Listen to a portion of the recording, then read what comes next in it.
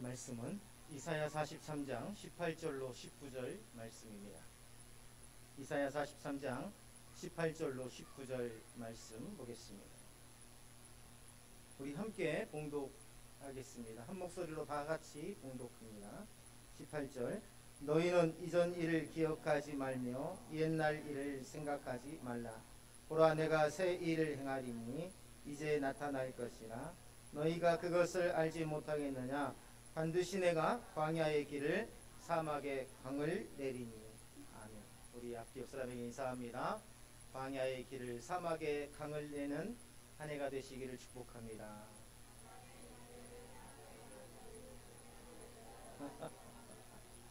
길어져가지고 좀 어렵나요? 다시 한번 손을 잡으면서 광야의 길을 사막의 강을 내는 한 해가 되시기를 축복합니다.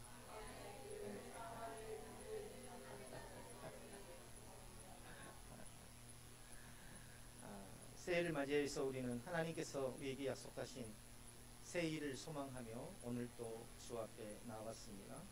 오늘 성경 이사야 43장 18절로 19절에서 하나님께서는 너희는 이전 일을 기억하지 말고 옛날 일을 생각하지 말라. 보라 내가 새 일을 행하리니 이제 나타날 것이라 이렇게 말씀하십니다.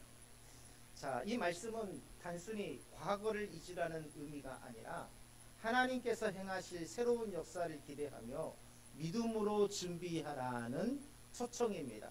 어디로 초청하신 걸까요? 2025년으로 초청하신 것입니다. 이제 이 한 해 동안에 내가 너의 삶을, 너희들의 삶을, 너희 공동체를 통해서, 너희 가정을 통해서 새 일을 행하시겠다 선포하시며 그 하나님께로 나아오라는 초청입니다. 행하실 새로운 역사는 원어적으로는요 뭐냐면 하나님께서 행하실 새로운 역사라는 것은 이전에 경험되지 않는 새로운 구원의 역사를 의미합니다. 뭐 2023년, 2024년 뭐 그저고 그런 똑같은 신앙생활이 아니라 2025년에는 이전에 경험해보지 못한 하나님의 놀라운 역사를 만나보게 될 것이다 라는 하나님의 초청인 것이죠.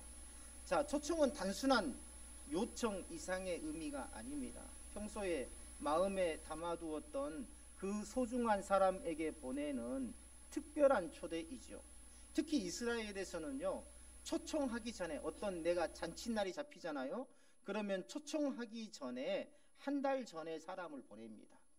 그래서 언제 어느 때에 우리가 잔치를 하니까 꼭 그 자리에 오십시오라고 사람을 보내서 종들을 보내서 초청의 의사를 밝혀요. 그리고 당일이 되면 초청 당일이 되면 또 사람을 보냅니다. 그래서 그 초청을 요청했던 사람한테 다시 가가지고 오늘은 초청 날이니 꼭 와주시기를 바랍니다. 이렇게 해서 초청을 하거든요.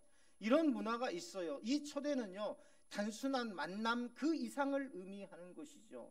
정말 존귀한 자로서 당신을 초청하겠다 그 말입니다. 사람을 두 번이나 보내서 그 사람을 초청하니까요. 하나님께서는요 이처럼 우리의 이 삶에 이루실 새 일은 하나님의 거룩한 계획 안에서 이루어지는 완전한 변화를 의미합니다. 어쩌면 하나님께서 해마다 우리에게 원하시는 것이 믿음 안에서 하나님의 새로운 역사를 행하시고 우리의 삶이 믿음 안에서 완전한 변화를 일으키도록 하나님께서 소망하시고 인도하십니다. 그런데 우리는요 늘 어때요? 제자들과 같이 지금 이 자리가 좋사오니라면서 여전히 내가 예전에 행해오던 것들, 예전에 내가 경험했던 것들, 이전에 내가 생각했던 것들만을 고집하다가 결국은 그러한 새 일을 행하시는 하나님께로 나아가지 못하는 한 해가 되어 왔었습니다. 그러나 오늘 2025년에는 그러한 하나님의 초청에 응답하셔서 적극적으로 믿음 가운데로 나아가시는 은혜가 있기를 주님의 이름으로 축원합니다. 자, 새 일을 행하시겠다는 선언에 앞서서 하나님께서는 먼저 이전 일을 기억하지 말라고 말씀하세요. 자, 이스라엘 백성에게 이전 일은요 아픔과 고통의 기억도 있지만 출애굽 사건과 같이 이전에 하나님께서 나를 통해서 역사하신 놀라운 구원의 역사, 하나님의 놀라운 손길에 대한 기억을 포함하고 있습니다. 자, 그럼에도 불구하고 하나님께서는 이 말씀을 주신 이유, 다시 말하면 이전 일을 기억하지 말라고 하신 이유는요, 과거의 영광스러운 사건에 머물러 있는 신앙에서 벗어나서 새로운 하나님의 역사를 기대하라는 것입니다. 이전에 내가 하나님 앞에 어떤 예물을 드렸고, 하나님 앞에 내가 예배당을 건축했었고, 내가 하나님 앞에 예전에 내가 장로로서, 안수집사로서 내가 많은 사람들을 섬겼었고, 많은 사람들을 전도했었고, 예전에 청년회장이었었고, 그런 그 시간에 머물러 있지 말라는 거예요. 믿음은 항상 현재형, 지금 내가 주와 교회를 위해서 무엇을 하고 있느냐가 중요하더라는 것입니다. 과거의 경험은 우리의 신앙을 세우는 기초가 될 수 있지만 동시에 그것이 새로운 하나님의 일을 가로막는 장애물이 될 수 있더라는 것입니다. 우리가 일을 하다 보면은요, 그런 거 느끼셨을 거예요. 일꾼은 적은데 감독이 많은 경우. 그렇죠? 대부분 감독은 어디에 매여 있어요? 자신의 경험, 자신의 과거의 지식에 머물러 있는 것을 볼 수 있습니다. 우리는 2025년에는요, 감독자가 아니라 우리 모두가 섬기는 종으로서, 우리 모두가 충성된 일꾼으로서 하나님의 사역을 감당해야 될 줄로 믿습니다. 자, 사람을 만나보면 과거에 뜨겁게 신앙생활을 했던 것을 우리가 들을 수가 있어요. 그러나 정작 지금은 신앙생활을 하지 않는 사람들을 볼 수 있습니다. 과거에 영광스러웠던 그 시간에 머물러 있는 것이죠. 과거의 경험은요, 우리의 신앙생활을 세우는 기초가 될 수는 있지만 동시에 그것이 하나님의 길을, 하나님의 역사를, 하나님의 은혜를 가로막는 장애물이 될 수 있다라고 말씀을 드렸습니다. 과거에 매여있는 사람들은요, 앞으로 나아가려고 하지 않아요.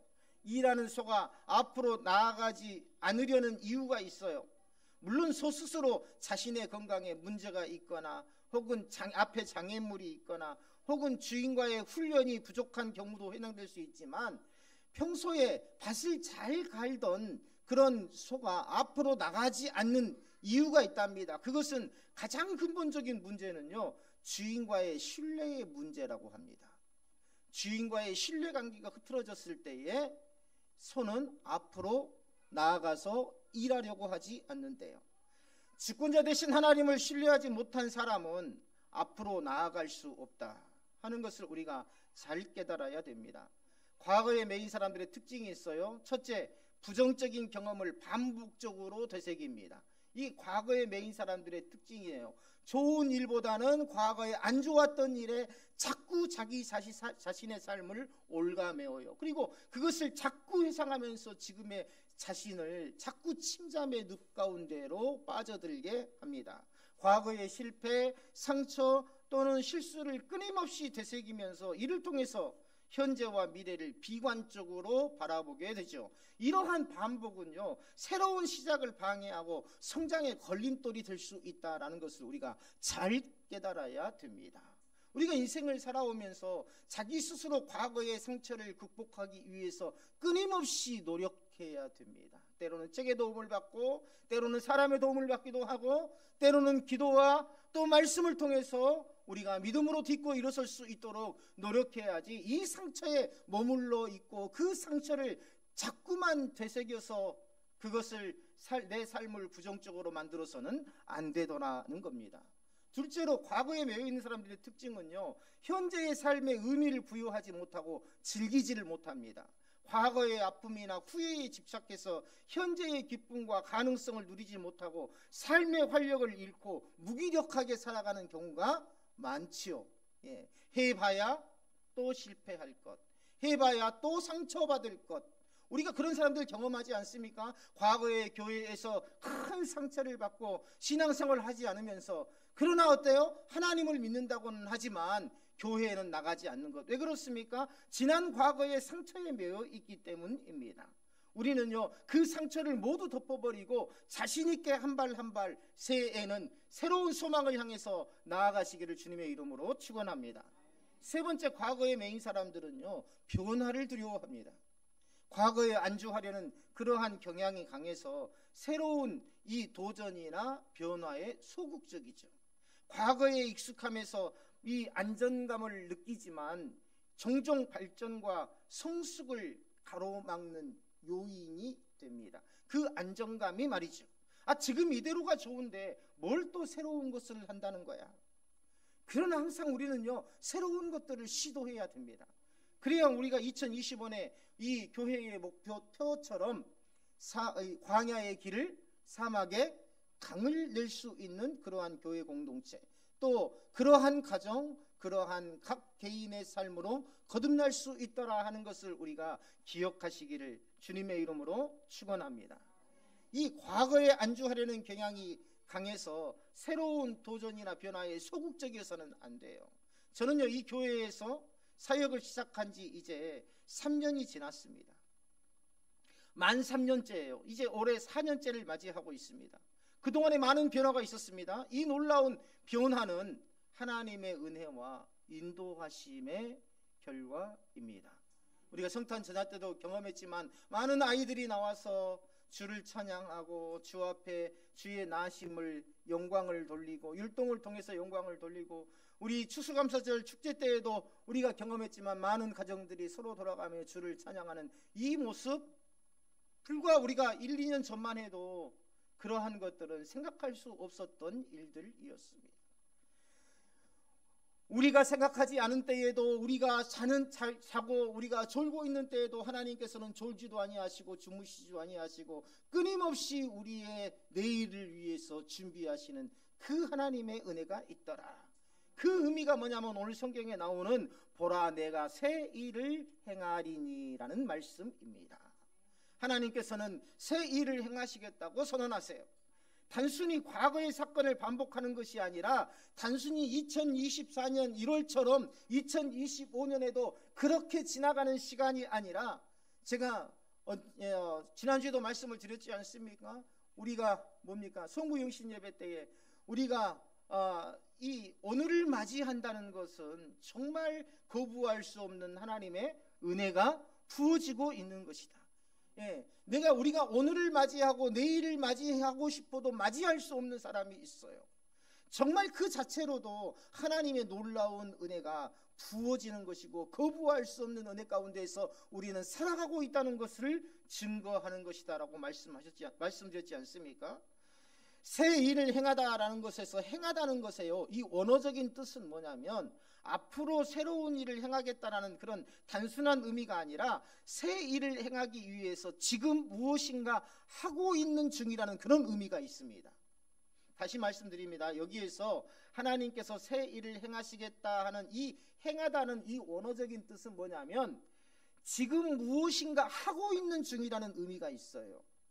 다시 말하면 내가 지금 고통 중에 있고, 내가 질병 중에 있고, 지금 내가 가난 중에 있고, 내가 문제에 닥쳐서 낙심 중에 있을지라도 하나님께서 나를 내버려 두시는 것이 아니라 그 가운데에서 건져내시기 위해서 지금도 하나님께서는 그 무엇인가를 나를 위해서 하고 계시는 것이다. 그게 바로 오늘 본문에 나오는 새 일을 행하시다라는 그런 의미더라는 것입니다. 내가 볼 때에 지금 절벽이나 낭떠러지의 상태입니다. 그래서 아무것도 할 수 없는 상태입니다. 그런데 하나님께서는 그러한 나를 사람이 생각하지 못한 하나님만의 방법으로 인도하시기 위해서 부지런히 일하고 계시더라는 것입니다. 그 하나님을 신뢰하시고 그 하나님의 손을 붙잡으시는 한 해가 되시기를 주님의 이름으로 축원합니다. 시편 121편 4절에서 이스라엘을 지키시는 이는 졸지도 아니하시고 주무시지도 아니하시리로다. 이 시인의 고백이 있습니다. 바로 우리를 위해 부지런히 일하시는 하나님의 성품을 말한 것입니다. 본문에서 강조되는 것은요, 보라라는 단어지요. 보라. 하나님의 일을 주목하고 기대하라는 것입니다. 보라라는 이 의미 속에는요, 네가 많은 사람들 앞에 그 새 일을 행하시는 그 하나님의 놀라운 역사를 증거하게 될 것이다 라는 하나님의 선언이 들어 있습니다. 우리가 하나님께서 이루실 새 일을 바라보는 시각은 신앙의 핵심이죠. 우리는 지금의 현재 고난과 어려움, 이것을 바라보면 우리는 그 상황 속에서 빠져서 헤어나올 수는 없지만, 장차 우리를 구원하시고 하나님께로, 하나님의 영광 가운데로, 하나님의 역사 가운데로 이끄실 그 하나님을 신뢰하며 바라볼 때에 우리는 오히려 그 모든 것을 이길 수 있는 자신감을 얻고 힘과 능력을 얻게 되더라는 것입니다. 이제 새해를 맞아 우리는 다시 한번 하나님께서 이루실 놀라운 일을 기대하면서 사역의 방향을 새롭게 정비하시고 내 삶을 점검하며 하나님께서 받으시기에 가장 아름다운 삶으로 세워가시기를 주님의 이름으로 부탁을 드립니다. 하나님께서 약속하신 새 일은 단지 외형적 변화에 그치지 않습니다. 외형적 변화에 그치지 않는다는 것은 외형 또한 포함하고 있다는 것을 의미합니다. 그것은요, 우리의 내면의 변화를 포함한 전인적인 새로움을 의미해요. 이것을 성경에서는 거듭남이라고 하죠. 이것을 성경에서는 새 창조라고 하죠. 이전에 내가 생각하지 못했던 전혀 다른 나의 삶, 전혀 다른 나의 생각, 전혀 다른 나의 마음, 그것을 하나님께서 마치 묵은 땅을 기경하시듯 쟁기로 갈아엎듯 하나님께서 갈아엎으셔서 내게 새로운 소망의 싹을 틔우고 열매를 주시겠다라는 하나님의 놀라운 초청인 것입니다. 이것은 우리의 삶과 신앙의 모든 부분을 아우르는 변화예요. 이전에 나는 죽고 완전히 예수 그리스도로 새롭게 태어난 내 자신, 이러한 삶을 하나님께서 원하시고 또한 2025년에 그렇게 하시겠다고 우리를 초청하고 계십니다. 마치 홍해를 가르고 이스라엘 백성을 구원하셨던 사건보다 더 놀라운 구원의 역사처럼 우리 삶에 하나님께서 직접 개입하시는 것을 말합니다. 믿음은 삶을 변화시키는 실체입니다. 우리가 믿음이라고 생각하면 그냥 종교적 행위를 통해서 막연한 위로를 얻는 것으로 생각하거나 혹은 기복적인 어떤 것으로 생각하기 쉽습니다. 그러나 믿음은 하나님의 능력이 임하는 통로입니다. 믿음은 단순히 감정적인 위로에 머무르지 않고 우리의 삶과 행동을 근본적으로 변화시키는 능력입니다. 믿음은 하나님을 신뢰하며 그분의 말씀에 순종하는 삶을 살아가도록 이끄는 실제적인 힘이더라. 그래서 찬송도 있잖아요. 제가 좋아하는 찬송입니다. 믿음이 이기네. 우리 다 같이 한번 해볼까요? 믿음이 이기네. 믿음이 이기네. 주 예수를 믿음이 온 세상이 이기네. 2025년에는 이 찬송가와 같이 우리의 믿음이 입술에 머물지 않고 이 세상을 능히 이길 수 있는 능력이 되시기를 주님의 이름으로 축원합니다.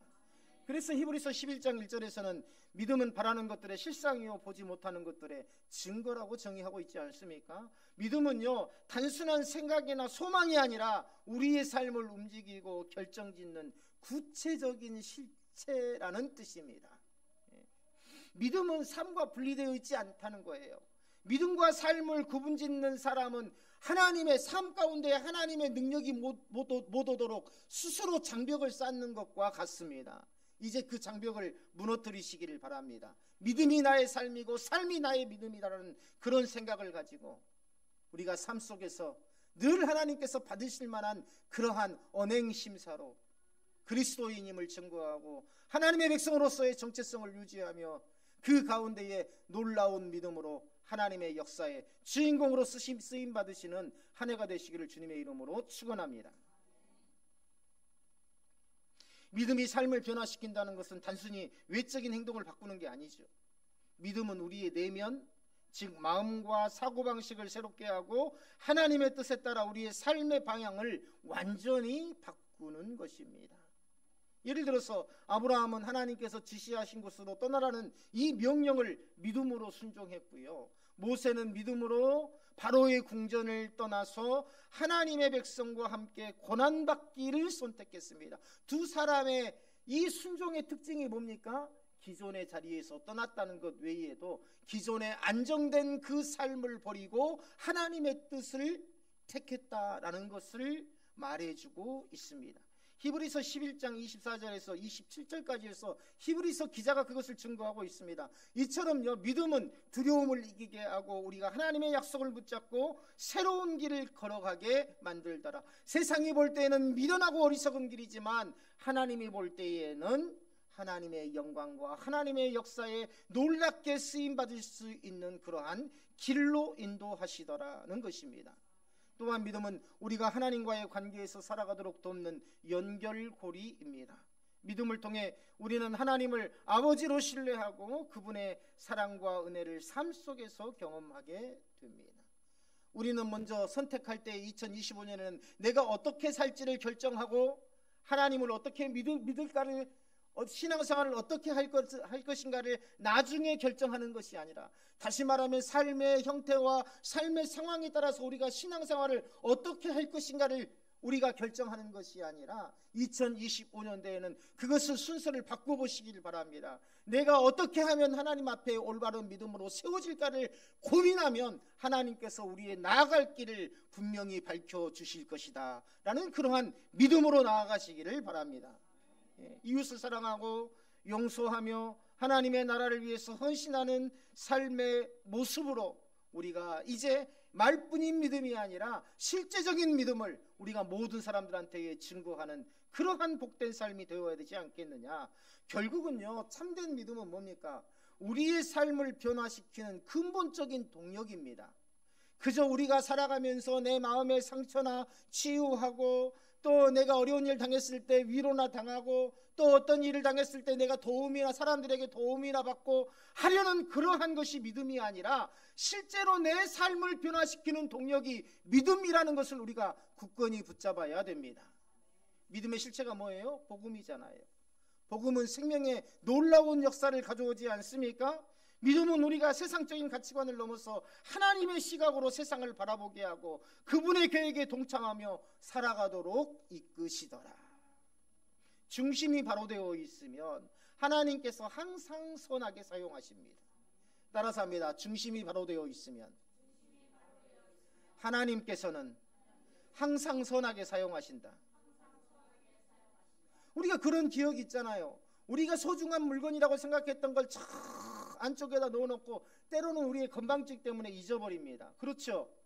그러면은 나중에 생각날 때에 그것을 찾으려고 온 집안을 뒤지지 않습니까? 그냥 어디다 놓았는지 몰라, 나 그냥 없어져 버리면 말고. 이런 태도로 우리가 그런 것을 대하나요? 그렇지 않죠. 내게 소중하다고 생각하는 것은요, 정말 구석구석 예전에 장롱 큰 것까지 그것까지 다 드러내가지고 다 살펴보고 하지 않습니까?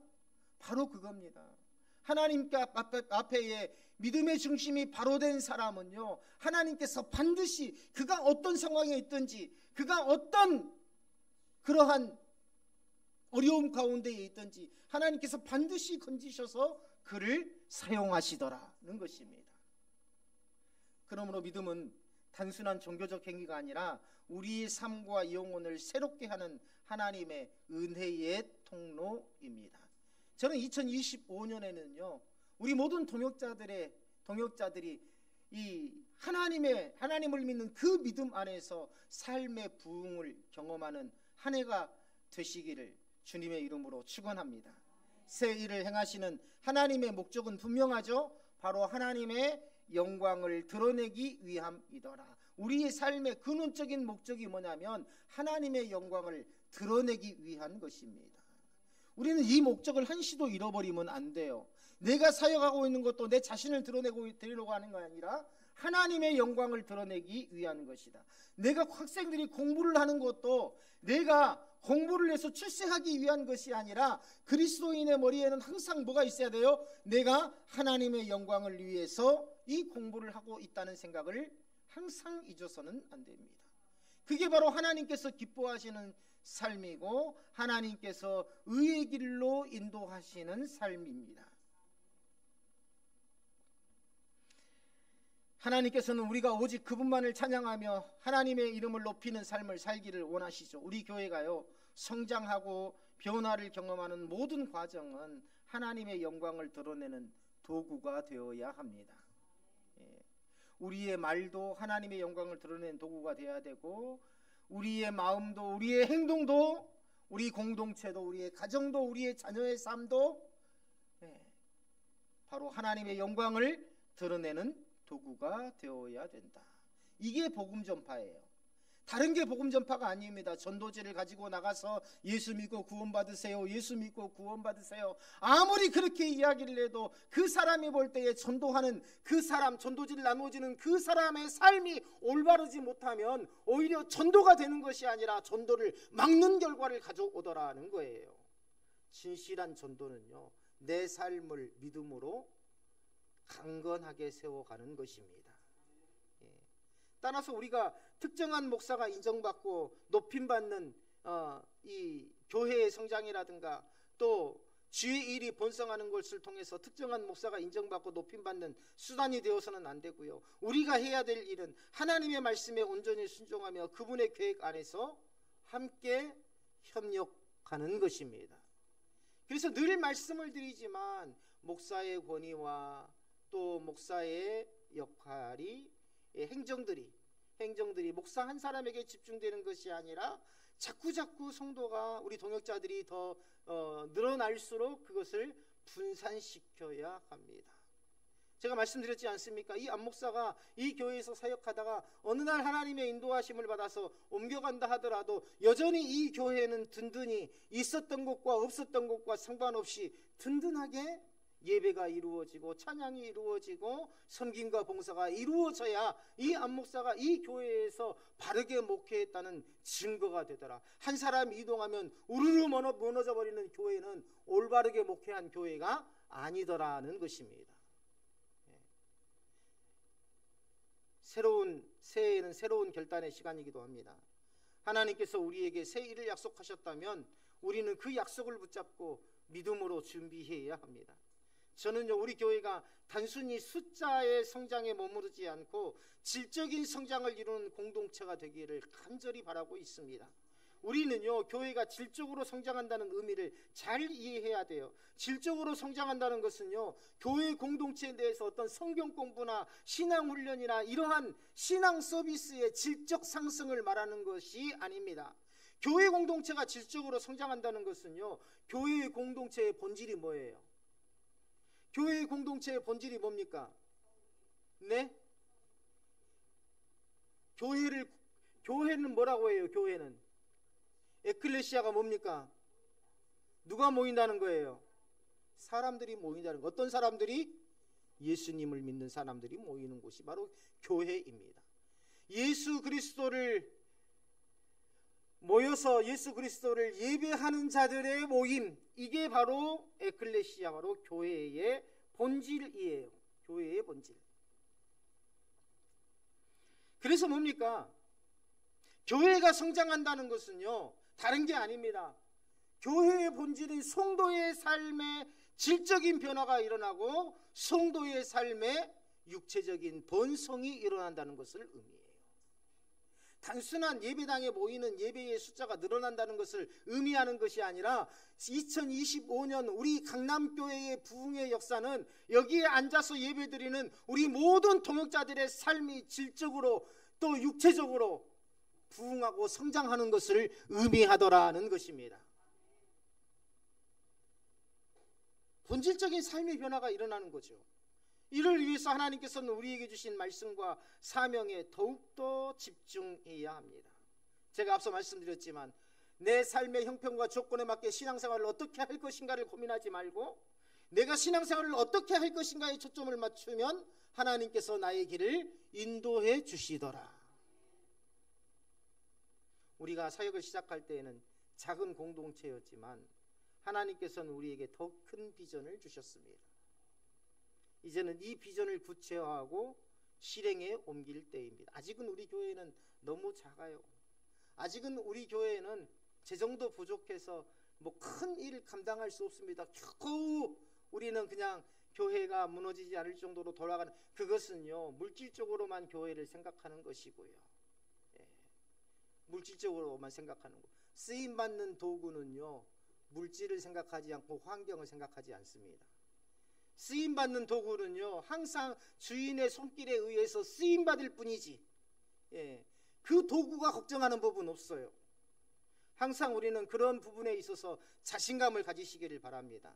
우리의 숫자가 적고 우리에게 재정이 약하고 그게 아니라 우리가 하나님, 우리 교회 공동체가 이제 광야의 길과 같은 그러한 역할을 감당하게 하시고 사막의 강과 같은 역할을 감당할 수 있도록 인도하여 주옵소서. 주님, 2025년에 내 삶이 광야의 길이 되게 하시고 사막의 강이 되게 하는 놀라운 역사를 경험하게 하여 주옵소서.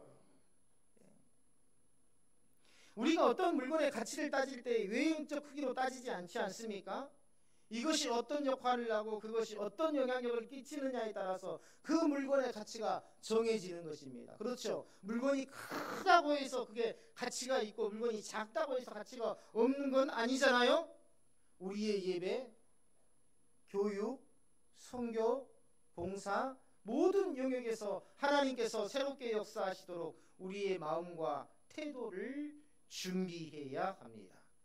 2024년 지금까지 가졌던 모든 부조리한 것들을 내 마음속에서 다 내려놓으십시오.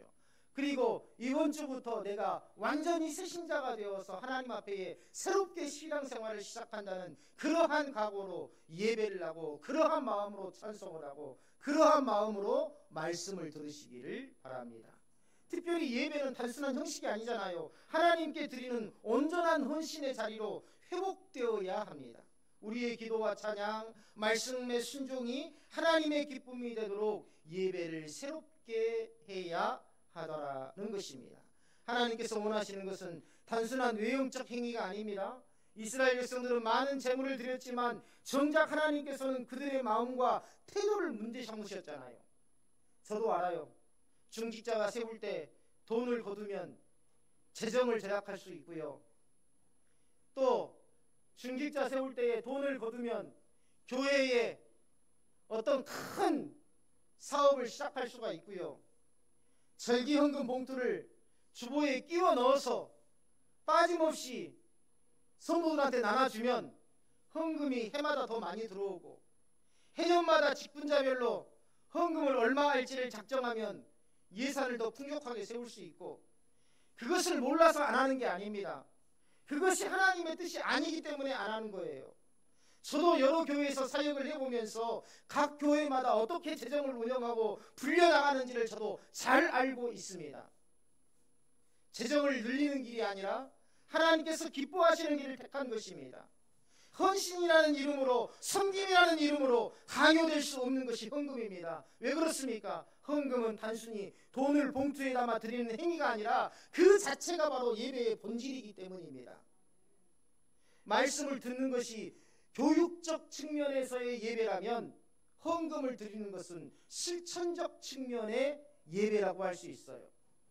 왜 그렇습니까? 물욕은요 사람의 마음 가장 깊은 곳에 뿌리내리고 있는 최종적인 이 욕심이기 때문입니다. 하나님을 떠나서 살 수는 없지만 돈을 떠나서는 살 수 없는 것이 인간의 삶입니다. 저기 산속의 절들을 보세요. 왜 산속에 있습니까? 속세를 떠나 열반하겠다는 것 아닙니까? 그런데 그게 됩니까? 안 되죠. 근본적으로 사람이 돈을 떠나서 살 수 없습니다. 돈은요 물질 세계의 가장 우두머리고 최종 핵심이기 때문입니다.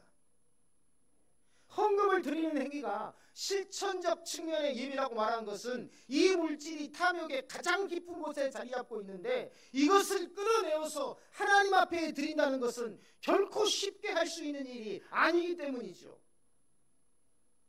하나님만이 내 인생의 해답입니다. 고백한 사람, 물질의 주권까지도 하나님께 있다고 생각하는 사람만이 할 수 있는 것이 바로 올바른 헌금 생활이기 때문입니다. 그래서 우리 교회는 헌금을 강요하지 않지 않습니까? 왜요? 그것은 억지로 될 수 없는 것이기 때문에. 억지가 되면 그것은 결국 예물이 아니라 하나님이라는 이름으로 금송아지가 되기 때문입니다. 저는 지금도 이렇게 차를 타고 돌아다녀 보면 각 교회에서 예배당 외에 교육관이라는 이름으로 어마어마하게 큰 건물을 지어놓고 주일날이면 부서 예배나 드리는 평소에는 텅텅 비워놓고 놀리는 것을 보면 안타깝습니다. 사회적 낭비잖아요. 공동체적 낭비 아닙니까? 그 큰 건물을 그냥 지은 게 아니잖아요. 아깝지 않던가요? 저는요 정말 아까워서 견딜 수가 없었어요. 주머니에서 돈을 꺼내어 쓰는 일보다 그것은 보통 낭비가 아닙니다. 왜 그런 건물을 사회적인 건물로 공유하지 못하는지 모르겠어요. 왜 그런 일에 교회가 적극적으로 나서지 않는지 모르겠어요. 왜 평소에도 적극적으로 지역 주민들이 활용할 수 있는 건물이 되게 하지 못하는지 모르겠습니다. 우리의 예배와 삶이 하나님을 기쁘시게 하지 못한다면 그것은 단순히 형식에 머물러 있는 겁니다. 하나님께서는 우리의 마음속 깊은 곳에서부터 그분을 사랑하시고 그분의 뜻을 이루는 삶을 살기를 소망하십니다. 우리의 삶은 하나님의 영광을 드러내기 위한 도구입니다. 우리가 신앙생활을 하면서 삶에서 전혀 신앙적 경험을 하지 못한 것은 우리의 믿음을 삶으로까지 품고 가지 못하기 때문에 그렇습니다. 우리 예배당의 믿음을, 예배당에서의 아멘으로 화답했던 그 믿음을 우리의 삶으로 끌고 가지 못하기 때문에 그런 거예요. 우리의 믿음은 믿음이고 삶은 삶이기 때문에 그렇습니다. 살면서 믿음의 적용을 안 해봤기 때문에 신앙생활이 무미건조하고 내 삶에 하나님을 믿는다는 것이 짐처럼 느껴지는 것입니다. 우리가 하나님을 찬양하며 그분의 뜻을 이루며 살 때에 하나님께서 우리의 삶 속에서 새 일을 이루실 것입니다. 오늘 1월 5일 첫 주일 예배에 하나님께서 우리에게 주신 말씀을 기억하시길 바랍니다. 내가 새 일을 행하리라. 새해는 우리에게 새로운 시작과 새로운 기회를 의미합니다. 하나님께서 보라 내가 새 일을 행하리니 라고 말씀하셨을 때에 그 약속은 오늘날 우리에게도 동일하게 적용됩니다. 이게 바로 해가 바뀌는 2025년에 하나님께서 우리를 향한 마음을 표현하신 것입니다. 보라 내가 새 일을 행하리니. 2025년 어떻게 맞고 있습니까? 에이 또 한 살을 먹었네. 에이 2024년보다 2025년 좀 더 잘 돼야 될 텐데. 2025년은 그냥 기도 제목이 이루어져야 될 텐데. 2025년도에는 우리 자녀가 결혼해야 될 텐데. 2025년도에 내가 건강해야 될 텐데. 그러한 것들이 아니라 그건 우리의 관점이고요. 하나님의 관점은 뭡니까? 하나님의 관점은 2025년 보라 내가 새 일을 행하리니. 누구를 통해서? 너의 삶을 통해서. 그 하나님을 신뢰하시고 그 하나님을 붙잡으시기를 바랍니다. 지난 3년간의 여정을 돌아보며 하나님께서 이루신 모든 일들에 감사드리고 앞으로의 사역을 기대하며 나아갑니다. 이제 우리 모두가 하나님께서 행하실 새 일을 바라보며 신실한 믿음의 사람으로 응답하시기를, 그 부름에 응답하시기를, 하나님께서 우리 교회를 사용하셔서 이 땅에 하나님의 사랑과 진리를 드러내시고 우리 가정을 사용하셔서 모든 주변 이웃들에게 하나님의 그 위대하심을 드러내게 하시고 새로운 한 해 하나님께서 이루실 놀라운 일들을 기대하며 우리 모두가 믿음으로 나아가기를 주님의 이름으로 축원합니다.